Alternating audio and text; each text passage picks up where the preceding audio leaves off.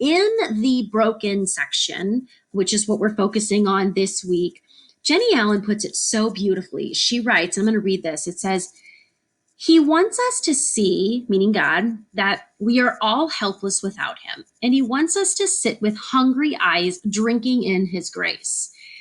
And I just imagine this scene, this moment where I'm like sitting at his feet, just like soaking up everything that he has for me. Because, we were created for a purpose. He created us to praise him, to serve him, to seek him.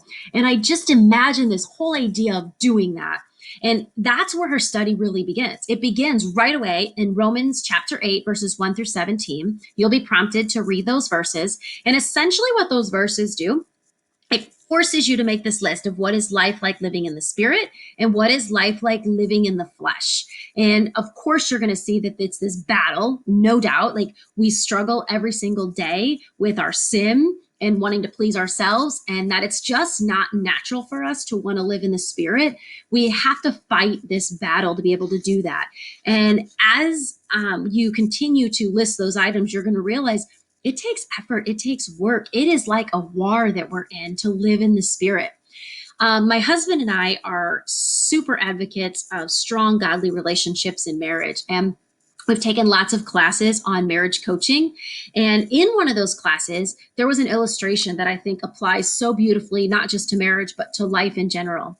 And it says that essentially consider yourself on roller skates on an incline. And if you're not pushing forward, you will be rolling back, losing ground.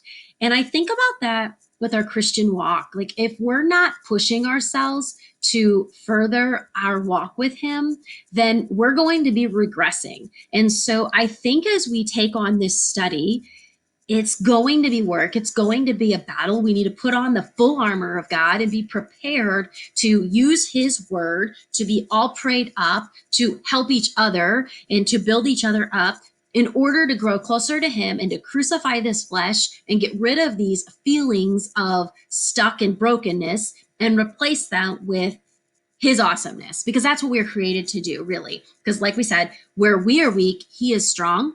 And so we need to get rid of ourselves and allow him to move in us. Grace is unmerited favor. We don't deserve anything that's been given to us, but he generously wants to give it to us. We just have to seek his face. We were created for a purpose, and we want him to fulfill himself completely in us. We have to decrease where he will increase. Those are really deep words. And so it's actually really comforting to me, because where we struggle, the faults and flaws, all of those things that you listed where you feel you're stuck at, he wants to come in and teach us how to let him take over those areas. And I think you'll be pretty amazed when you do that, how awesome it is to rely completely on him. I found in ministry that I've done, my family's been involved in quite a bit of ministry. God tends to use me in areas of my life where I feel like I struggle the most and I'm the least, or I'm like the most inadequate in that area. Like I fall short the most. And I think he does that because he realizes if I choose something you're confident in for you to draw others to me, you're going to think you did it in and of yourself. But if I take that area of your life where you're weak and you struggle, I can do nothing but rely completely on him. And so look at these areas of weakness where you're stuck and where you're broken, and allow your mind for a moment to see the glory of what God can do when you allow him to just completely take over that area and fill it with his love and his glory. So I want to leave you with that. And I want you to dig deep into this very first section called Broken. Take the time, a whole week, take as much time as you need to really reflect on this, pray on this, and then jump onto our Padlet, which is below. We have a new Padlet with new questions ready for some wonderful interaction between all of us.